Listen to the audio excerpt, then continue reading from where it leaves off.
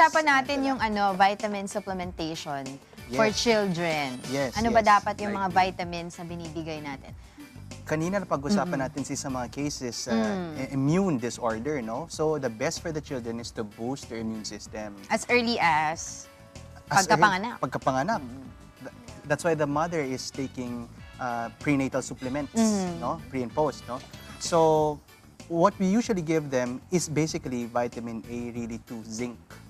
Now to boost their immune system, vitamin C is best. No, because the children, pag sila'y after panganak, yung pH level ng blood nila becomes less alkaline. Therefore, if it becomes acidic, disease is easy to get or catch. Common coughs or colds, viruses, infections. So, vitamin C is best. Usually, we recommend the alkaline form, which is an ascorbate form. There are 3 versions. There's magnesium ascorbate, there's sodium ascorbate, and calcium ascorbate, no? Other than that, we could also recommend basically immunoglobulins. Nakukuha yan natin sa milk. There's what we call colostrum.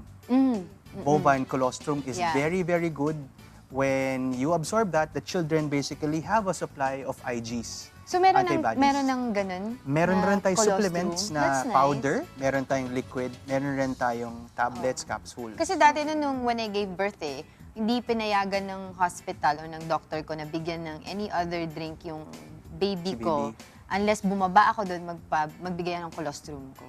Yes. Kasi I don't think, bago lang yata yan, lumabas yung mga... Yes. Kasi yung colostrum na yan is a mimic of the properties of the first milk of the mom, no? After kakapanganak, no? Sa bata. And very rich in IGs, immunoglobulins, the antibodies. Ano bang ginagawa ng antibodies na yan? Pag may virus ka, may bacteria, may mga fungi, parasites, sila yung nagbabind at na-expel ng katawan. So that's a good one, colostrum. The other one also is your chlorophyll.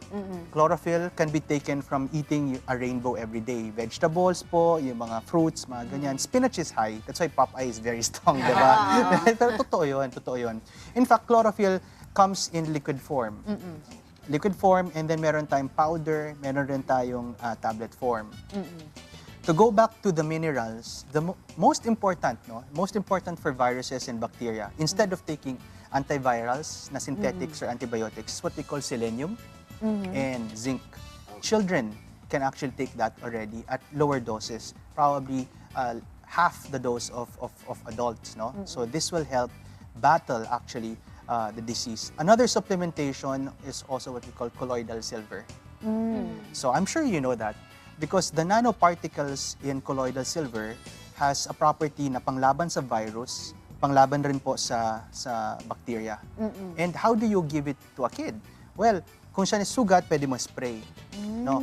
Instead of drinking it, you can also spray it in the tongue of the kid. No? Sometimes the colloidal silver, kahit a teaspoon, instead mag-nebulize kayo with a drug. You recall that?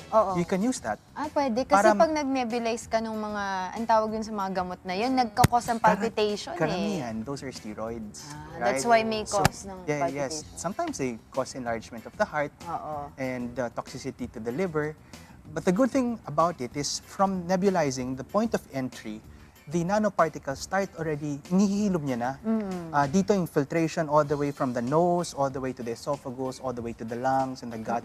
So, yun ang natutulungan niya. Napakarami po, napakarami. But remember, it's not because it's in the counter, you will just get it and give it to your kid. You also have to talk to someone who is knowledgeable about it. One who's into natural med, whole medical, integrative med would be the best. May limitations lang yan, di ba? Kasi may That's mga true. cases ng overdose, di ba, when it comes to vitamins too. Yeah, like for instance, let's say the vitamin A, K, D, and E, may beta-carotene, so may limits ka, because anything in excess gets also deposited in the liver. So, hepatic or liver toxicity is not good. If that happens, ibig sabihin, yung pag-breakdown ng protein for the kid, may impair yun. Yeah. Ayaw natin nun. So, can you also do yung after mo for certain months na nagbibigay ka ng vitamins sa anak mo, tapos mag-detoxify siya after para malinis yung mga deposits? Yeah. There are basically pediatric or safe ways, no, for the children. And the best way for the children is usually po is for mga juicing po natin. That's the best. So no argument on separating enzymes and fiber. Whatever you want, enzymes with fiber or just the enzymes itself, it's okay. Just be smart in what fruits you need. Usually we use for detoxification of the blood vessels. What usually we use is watermelon. Why watermelon? Because it's rich in citrulline. It detoxifies the blood vessel. Yung papain and bromelain na mula po sa papaya or pineapple is to detoxify the liver and the stomach. Avocado is also good because of the omega-3 fatty acids. So it detoxifies the circulatory system even to the brain. Anti-inflammatory kasi siya eh. So yun ang mga ginagamit natin. Of course, you can also use your lemon, your berries, your oranges. These are very packed with vitamin C. Vitamin C. Yes. Dok, yung mga iba kasi, they prefer injection ng vitamins. Oh, yeah. Okay din ba yun sa Gluta, kids?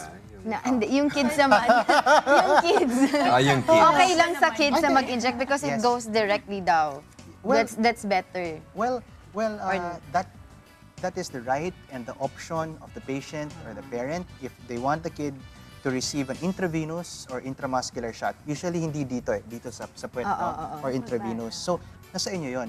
Pwede naman oral, ilalagay sa silalim ng tongue, no? Oral, pwede naman yun. It's really up to you. Pardon the ignorance, Doc. Gusto ko lang din matanong, kung nag-inject ka ng vitamin sa kids mo, mas less ba yung risk ng deposit sa kidney? Okay, when you talk about injection, any injection, whether it's natural or not, if it's already in the bloodstream, it's there. And remember also, there is, well, it's good.